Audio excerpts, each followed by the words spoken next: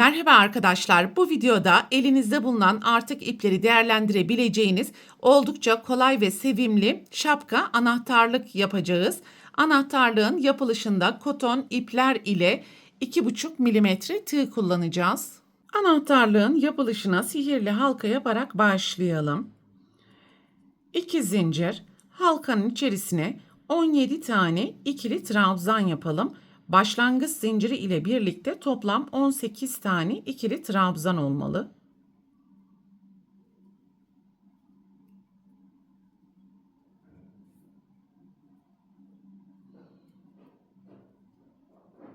İlk ilmeğin tepesine kayma dikişi yaparak sırayı tamamlayalım. Bir zincir, aynı ilmeğin tepesinden başlayarak sıra sonuna kadar yan yana toplam 18 tane sık iğne yapalım.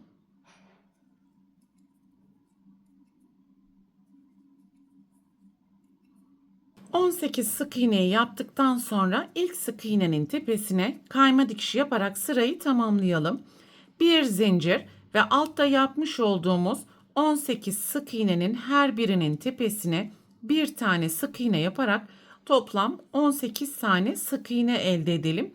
Ve birinci sıradan sonra 4 sıra her sırada 18 sık iğne olacak şekilde örmeye devam edelim. Toplam 4 sıra sık iğneyi yaptım. İlk sık iğnenin tepesine kayma dikiş yaparak sırayı tamamlayalım. 2 zincir, aynı ilmeğin tepesine ikili trabzan ve altta yaptığımız 18 sık iğnenin her birinin tepesine 2 tane ikili trabzan yaparak toplam başlangıç zinciri ile birlikte 36 tane ikili trabzan elde edelim.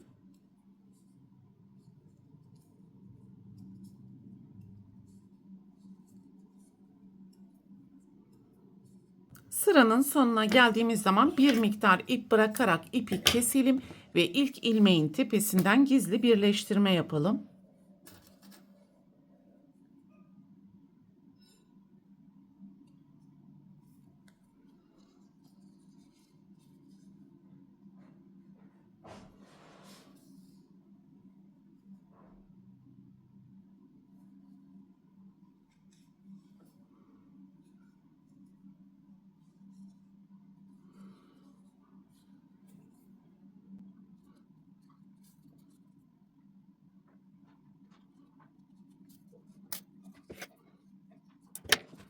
Şapkayı oluşturduktan sonra ikinci renk ile devam edelim ve düğüm yapalım. Yapmış olduğumuz sık iğne sıralarını kullanarak kayma dikişi ile buradaki şapkanın etrafını çevreleyeceğiz. 1, 2, 3. sık iğne ilmeklerinin herhangi birisinden ipi sabitleyelim.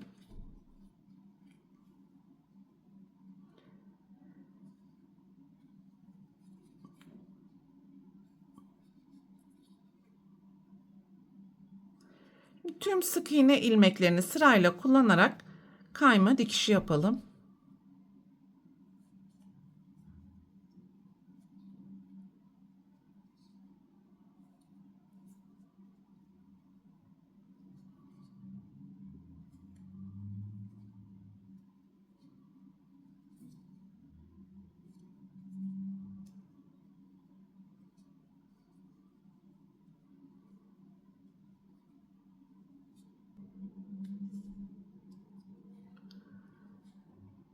Son sık iğne ilmeğinden de kayma dikişini yaptıktan sonra burada bir miktar ip bırakarak ipi keselim ve ilk kayma dikişinin tepesinden gizli birleştirme yaparak şapkanın üstündeki süslemeyi tamamlayacağız.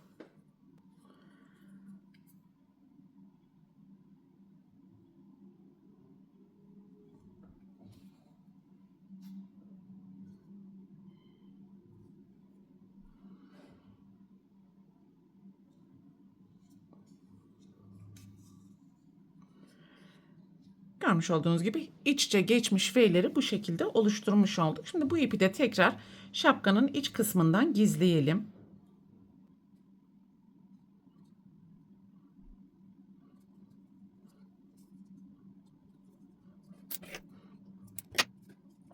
Pembe renk ile tekrar devam edelim ve şapkanın son kenar çalışmasını yapalım. Herhangi bir ikili trabzanın tepesinden ipi sabitleyelim.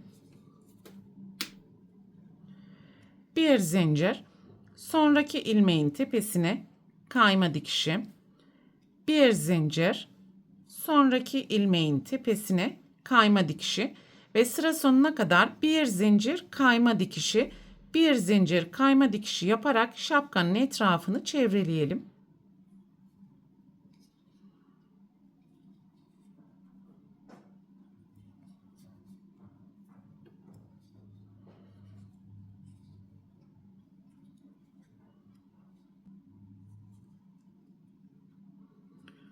Son kayma dikişini yaptıktan sonra bir zincir yapalım.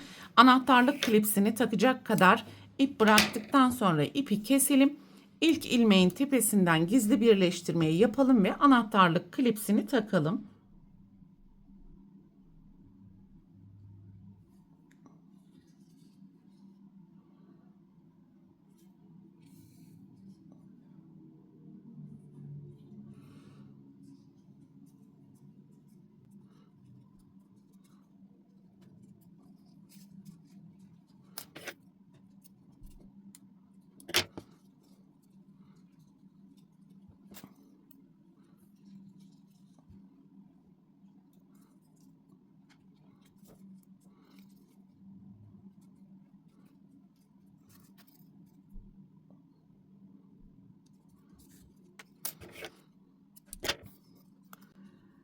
Anahtarlık klipsini de taktık. Şimdi bu üzerindeki şapkanın küçük fiyonk çalışmasını yapalım. Dilerseniz farklı süsleme yöntemleri de kullanabilirsiniz arkadaşlar.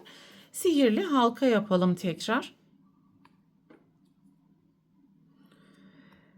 2 zincir, halkanın içerisine 2 tane ikili trabzan yapalım.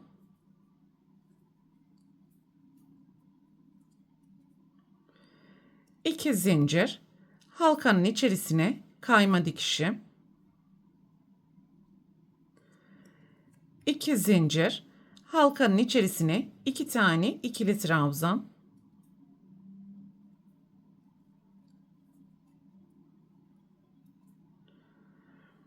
2 zincir, halkanın içerisine kayma dikişi yapalım.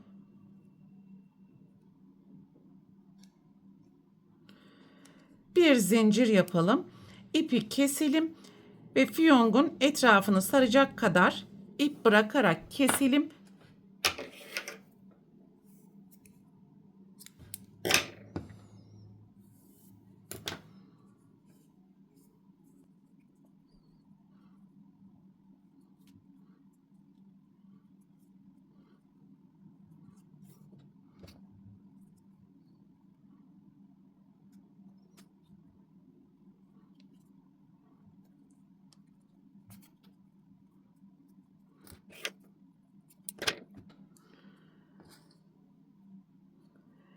Fiyongu da oluşturduktan sonra anahtarlık klipsiyle simetrik bir vaziyette istediğiniz noktadan bu fiyongu dikebilirsiniz. Fiyongu da diktik. Dilerseniz anahtarlığı bu vaziyette kullanabilirsiniz arkadaşlar. Fakat ben daha formda olmasını sağlamak adına buraya sık iğneden oluşan bir parça ördüm ve şapkanın üst kısmını elyaf ile doldurdum. Bunu da sizlere anlatacağım. Şapkanın ana rengi ile devam edelim ve sihirli halka yapalım.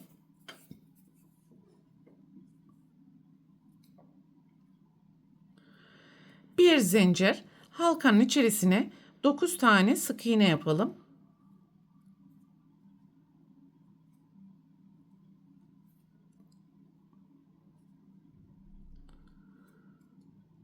İlk sık iğnenin tepesine kayma dikiş yaparak sırayı tamamlayalım. Bir zincir, altta yaptığımız 9 sık iğnenin her birinin tepesine 2 tane sık iğne yaparak toplam 18 tane sık iğne elde edelim. Yani şapkaya başlarken yapmış olduğumuz 18 ikili trabzan ilmeği ile eşit sayıda ilmek elde etmemiz gerekiyor.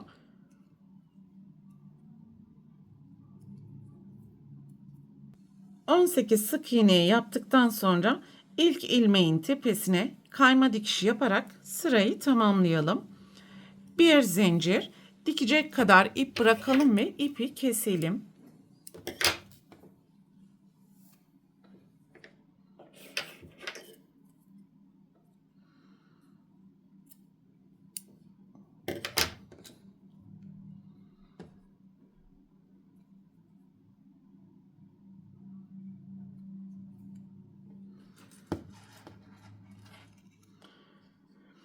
Burada pembe renk ile kayma dikişini yapmış olduğumuz ilmekleri kullanarak içini elyaf ile doldurduktan sonra karşılıklı dikeceğiz arkadaşlar.